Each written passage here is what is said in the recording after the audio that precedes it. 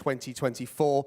And in a moment, we're going to have even more of our very best wheelchair athletes in the world joining us on stage. But it's a great moment, an opportunity to pay tribute to one of the most significant milestones that is going to be taking place on Sunday. But first off, if you can, cast your mind back to the 16th of April. The year is 2020. The athlete on the start line is a 20-year-old David Weir.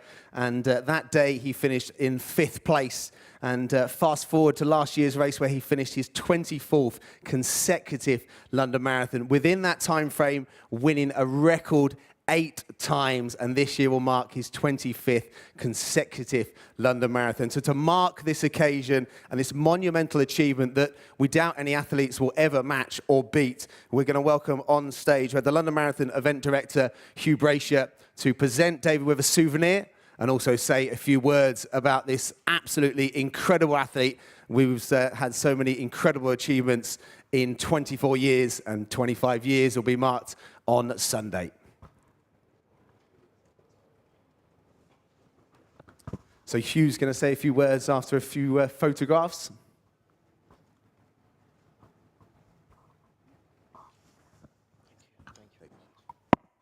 Thanks. So I think it's delighted to be here to present you with your 2017, a picture of you in the 2017 Virgin Money London Marathon.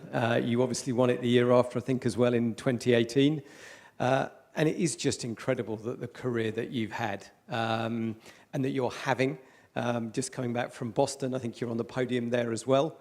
You were to say too much. Any elite athlete in any sport to podium, to be at your best, to compete in probably the most difficult in terms of just the competition marathon that there is in the world, and to really inspire so many other athletes, which is what you've done.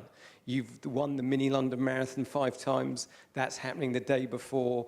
I know there are kids doing the wheelchair event there that absolutely massively look up to you, not surprisingly. And you know, it is an honor and a privilege to be just saying what an incredible career that you're having. Please carry on. I think I've been reading about what you've been saying in the press this week, but genuinely, it's an honor. Thank you for all that you've been doing. And I know I'm not allowed to have favourites, but this coming Sunday, new chair, new you, David. It's going to be amazing to see what you can do. So thank you.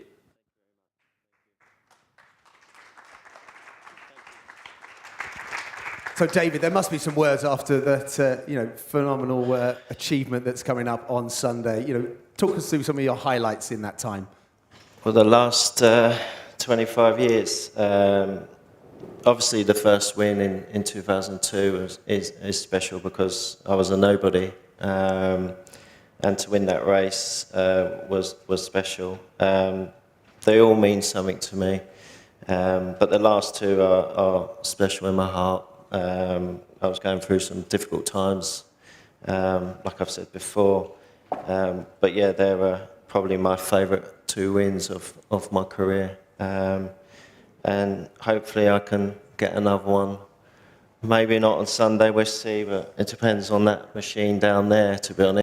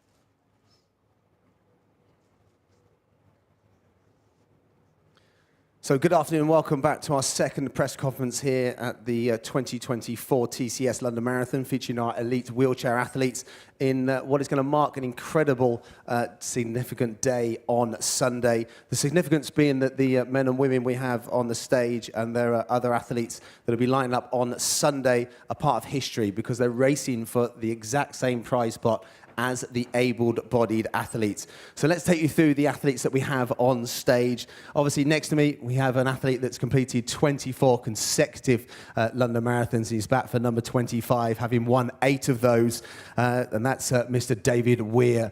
So next to David, we have an athlete that if you weren't watching on Monday, Boston Marathon victory, where were you? A superb victory, her first Abbott Marathon major win, and we're very warm welcome to Eden Rainbow-Cooper. So next to Eden, we have an athlete with almost no introduction because she's the Paralympic champion. She is the reigning defending champion, Madison de Rozario of Australia.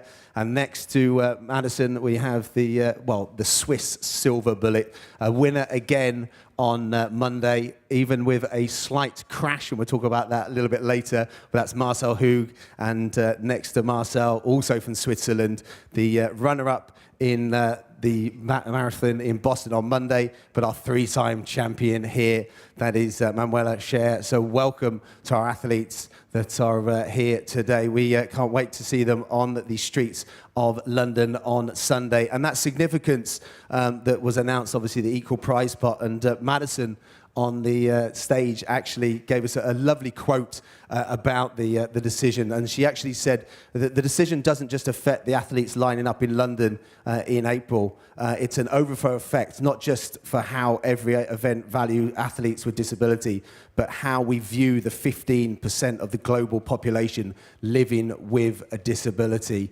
And that is a really nice way to start us off, Madison. We have obviously our media in the room, so we're asked for questions, and we also have media online. But Madison, the significance obviously of the announcement, and talk us through how this is a pivotal maybe change in your sport. Yeah, look, I think sport it plays a massive role in service to community. And I think when we watch high performance sport, we so often just see what is in front of us. We see elite performances, we see athletes that we admire and inspire us as individuals. But what we often don't look at is the reason that we do have this impact from this stage. And I think big events and sporting events don't just exist to give us as athletes the opportunity to get up here and compete. And when we talk about equal prize money, that obviously the impact for us, the individuals that get to race, here on the roads in London on Sunday, that's enormous. But what it is doing that is so much bigger than anything that happens here in London on Sunday morning is what it tells the world. I think how we value people is so intertwined with how we view their ability to earn and our interest in paying them to do things. And when we look at an event as big as London and one of the biggest sporting events in the world, choosing to value these two things equally, it's something that hasn't happened before. It's not something that we see. We've seen the disparity in women's sport previously, and that's had a massive spotlight on it, but the disparity in disability sport has been even bigger. And to be able to make this jump, I think so soon, I think so many of us thought that this wouldn't be a change that happened in our careers. I think a lot of us up here thought this was something that we would help to pave the way for and do everything that we possibly could in the time we have, and we get to sit back and see the equity happen, in 20 years' time. But for London to take that jump and I think, take a risk on us as individuals and athletes that we are deserving, and we can use the platform that this event and that sport gives us to impact really positive change is huge, and the impact that it has globally is far bigger than what it means for us on the roads on Sunday. And David, obviously we were talking about your start, your year 20 start. Did you see this happening in that 24, 25 year time frame? I didn't think it would happen in my lifetime. It's great for the next generation as well to see that equal prize money is equal. But yeah, I didn't think it would happen in the 25 years that I started. I think the first year I won it, we got paid by Disability Sport England, and it was a couple of £1,000. But I thought it was the best day of my life, to be honest. So, I wish this had happened about 10 years ago, but you know, it's happening now, and it's great for the sport. And you know, the London Marathon guys have always pushed the wheelchair division to the maximum, and this is just topping it off. And they listen to us. They listen to what we need and what we want, and it's for me, it's the best marathon in the world. And Eden coming into form at the right time. So obviously fresh from that unbelievable victory on Monday. So again, how excited are you to see this change in the sport? I think I've been incredibly lucky to come in after like all of these guys have advocated so much and done so much hard work. You know, this is only my third London, and to be coming in at a time when equal prize money, it's life-changing for me, and I know so many other athletes my age are seeing that as well. And I think it's just going to push the field further, because everyone knows that they'll be able to make a living for it, and I think it's going to create such a competitive field in the future, and I'm just really excited to see how that goes.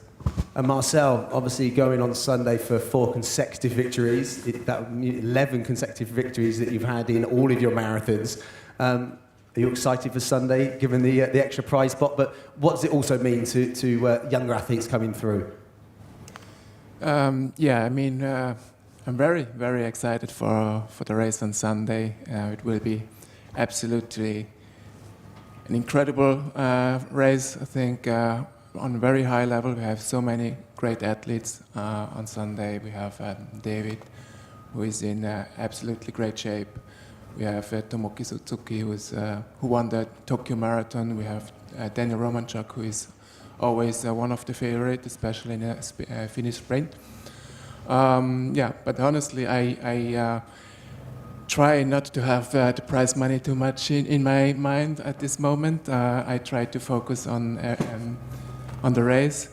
But yeah, for me, obviously, also it's really, really amazing, and it really means a lot to us that we have equal prize money and that we are treated like this.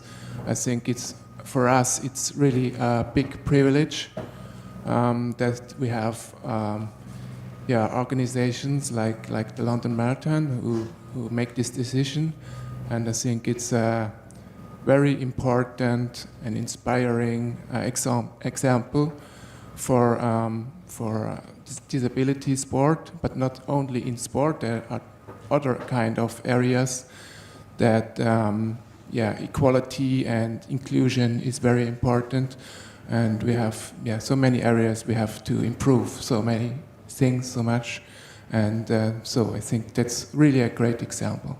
Thank you. Manuela, the same question to yourself. Yeah, I just remember when I started wheelchair racing, I was about 10 years old, and I trained with, a generation that still, they had to fight to actually get into races like marathons. And to see it now and to sit here and talk about equal prize money, it's crazy. It's unbelievable, and I'm so lucky to be part of this generation, actually.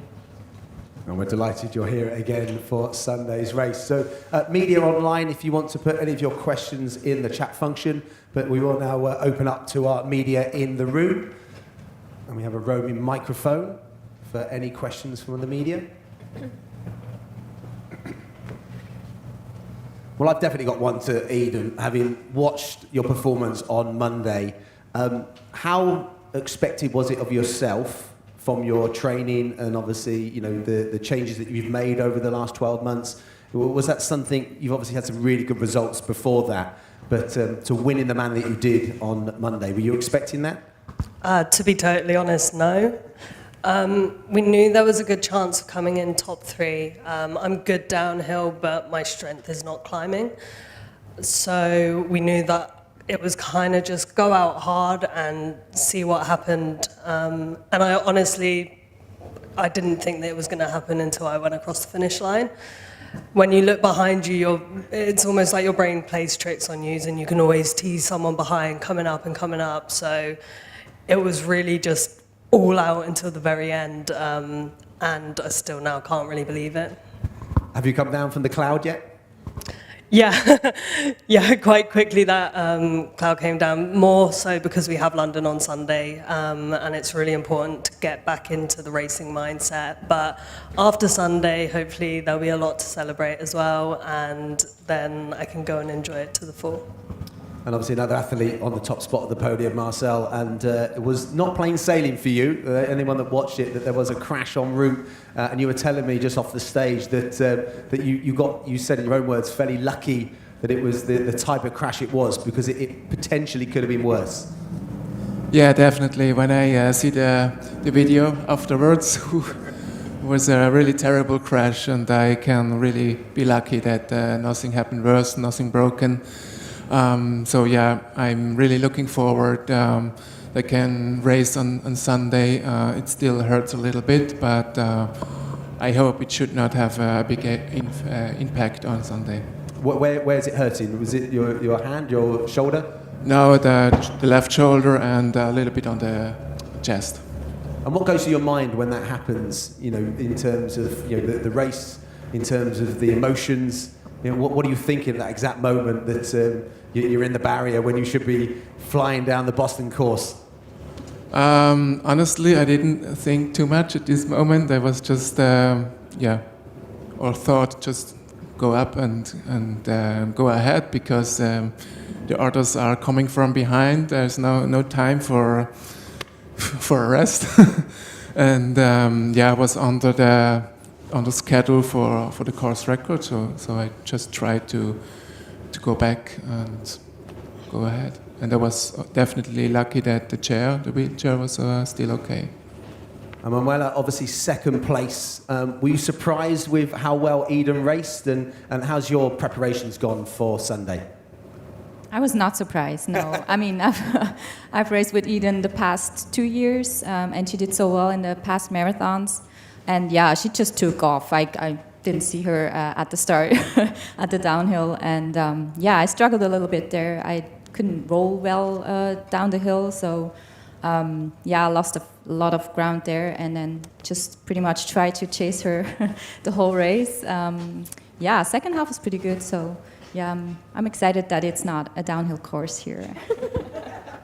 And our TCS London Marathon champion from last year, and also a special year because it's Paralympic year again. Madison, for yourself, how are you feeling? Obviously, this is the big season coming up.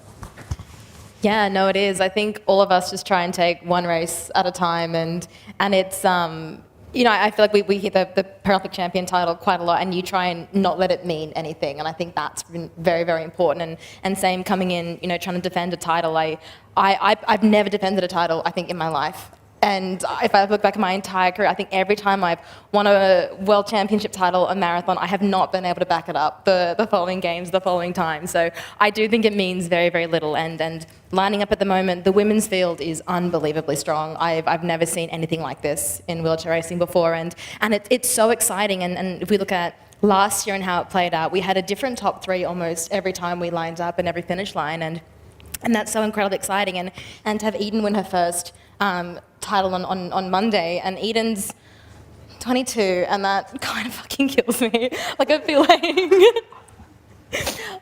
like, the generation of wheelchair racers, it's so incredibly strong, and I think it's so exciting to see women's sport and Paralympic women's sport take a turn like this, where it's so competitive. There is so much going on, and it's the exciting race to watch. And lining up for London, this course, the amount of times we come in with a sprint finish, you don't know what's going to happen. It's very difficult to drop anybody, and everybody it's just so strong, and I don't think any of us know what's going to happen, and that makes it a little bit scary, but mostly really exciting.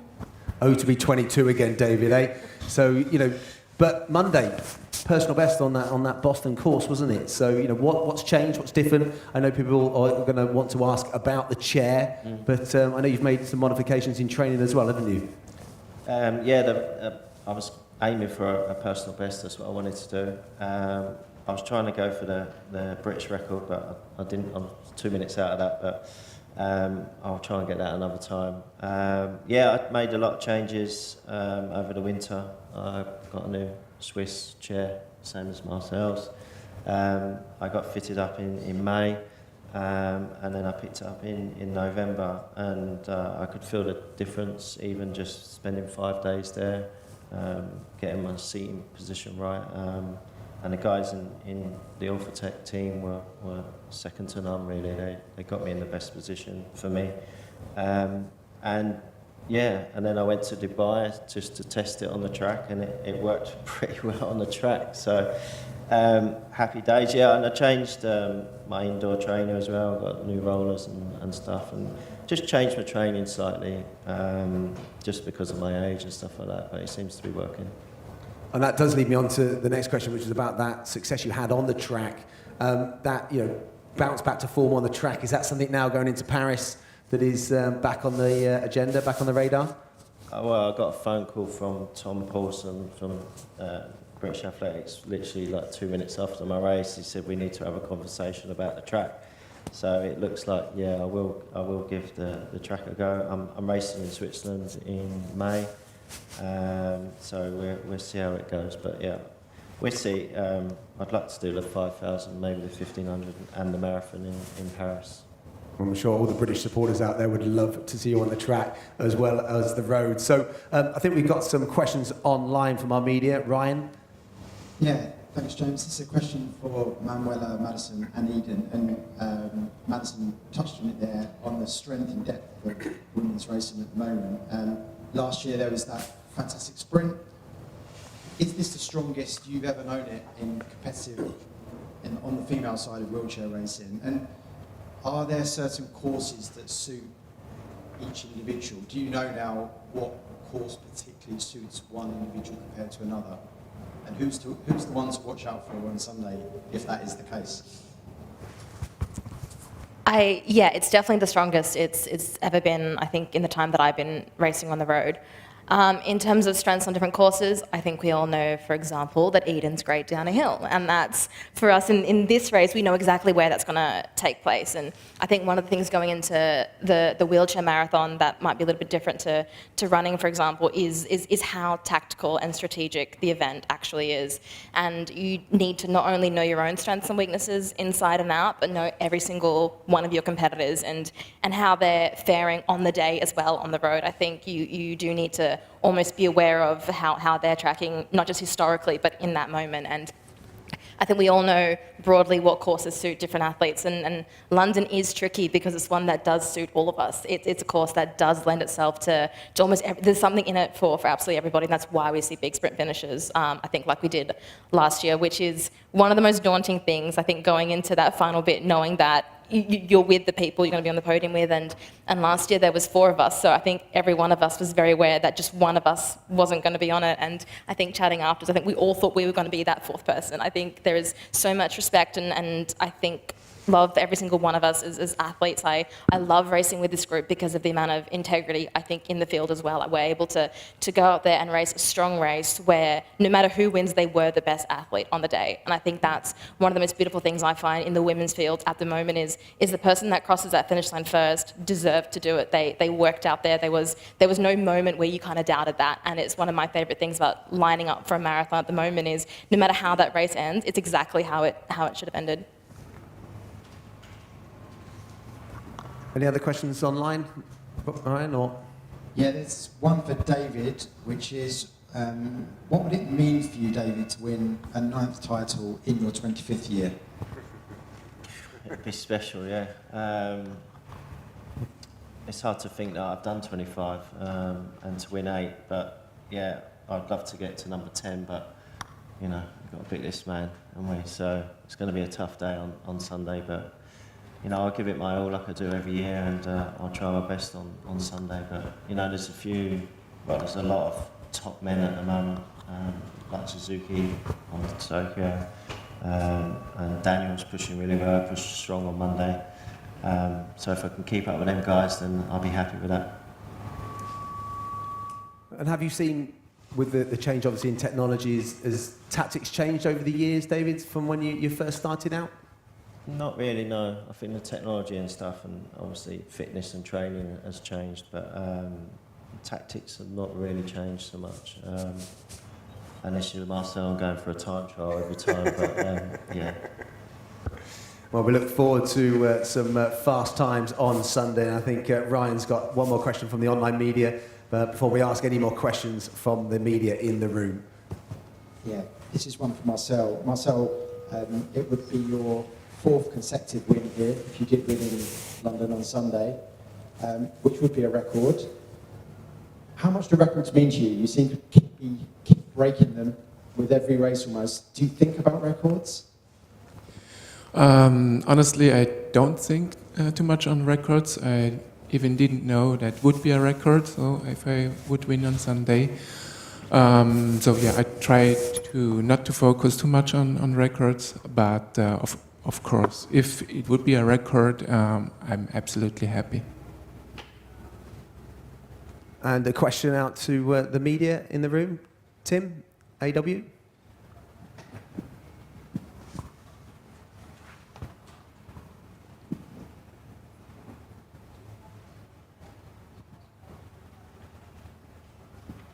Tim from AW. More to David, but to be fair for all of you, kind of the impacts of tech and the link between, Formula One, for example, and I know the work that Sauber have done with the chairs. Just wanted to get your thoughts on the impact of that, kind of how that mentally and I guess physically kind of affects you as well, and just more generally the interchange between, transferable skills between F1 and athletics, and the impact that that has on the sport more generally as well.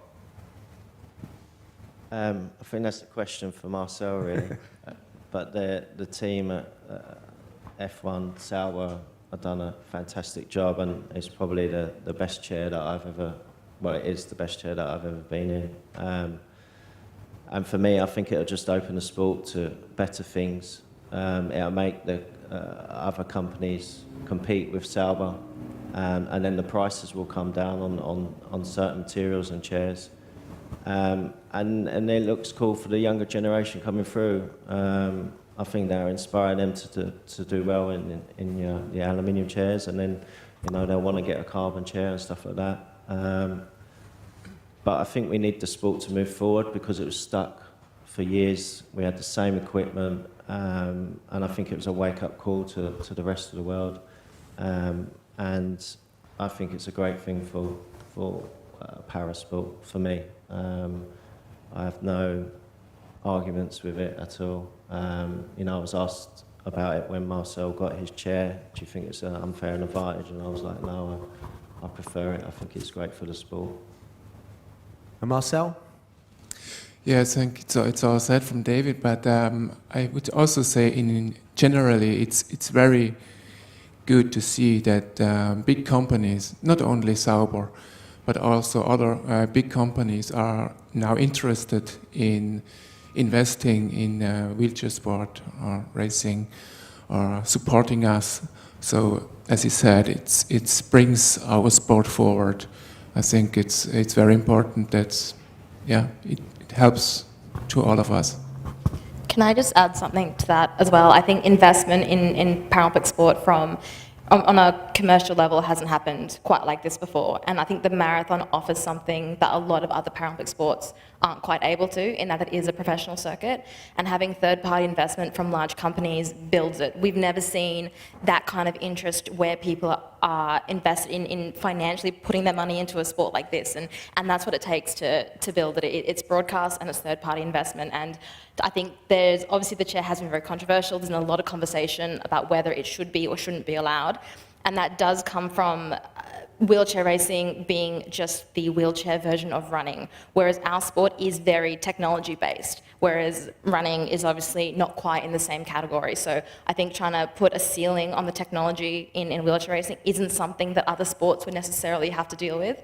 So in ours, that advancement is incredibly important, and it opens the door for investment into other Paralympic sports as well. It doesn't just end in athletics, doesn't end with wheelchair racing. I think once the benefits of investing in a Paralympic sport become quite apparent, that will go across every other event as well. So I think it's essential for the progress of the Paralympic movement. Thank you, Madison. I think London Marathon event director Hugh Brasher has the next question. Clearly this is not media, but Eden, I hear that you went 68 kilometres an hour on Monday. So this is, and Marcel, obviously you had the crash. Is safety now, that the speeds that you're getting up to, is your own safety something that each of you think about? Sometimes it is a concern, but also it hurts when you crash at any speed. I mean, going 68k downhill, yeah, that's dangerous, it's gonna hurt, but so's driving a car. So you have to do everything to sort of mitigate that and make sure that you're being as safe as possible, but sport's about just pushing yourself to the limits, and sometimes you have to go fast. David, you said no, flat out. You have to go flat out, yeah. I think Marcel hit 49 miles an hour.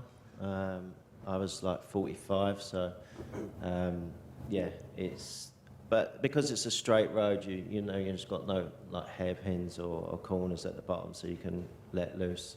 It'd be a bit different on London when we go down Shooters Hill, because we've got a big, left-hand turn going around the roundabout, so you have to be a bit more careful on that bit of road. Well, we're going to wish you all a very, very safe race on Sunday. I think unless there's any more questions from our media in the room or any of our media online, that does conclude our Elite Wheelchair press conference. And again, thank you to our fantastic 5 athletes on the stage. And remember, that race goes off at 9:05 live on the BBC, so do not miss it. We're making history on Sunday. And that wraps up day 1 of our Elite press conferences here at the 2024 TCS London Marathon. We are back tomorrow at 10:30 for the Elite men's press conference. Thank you very much.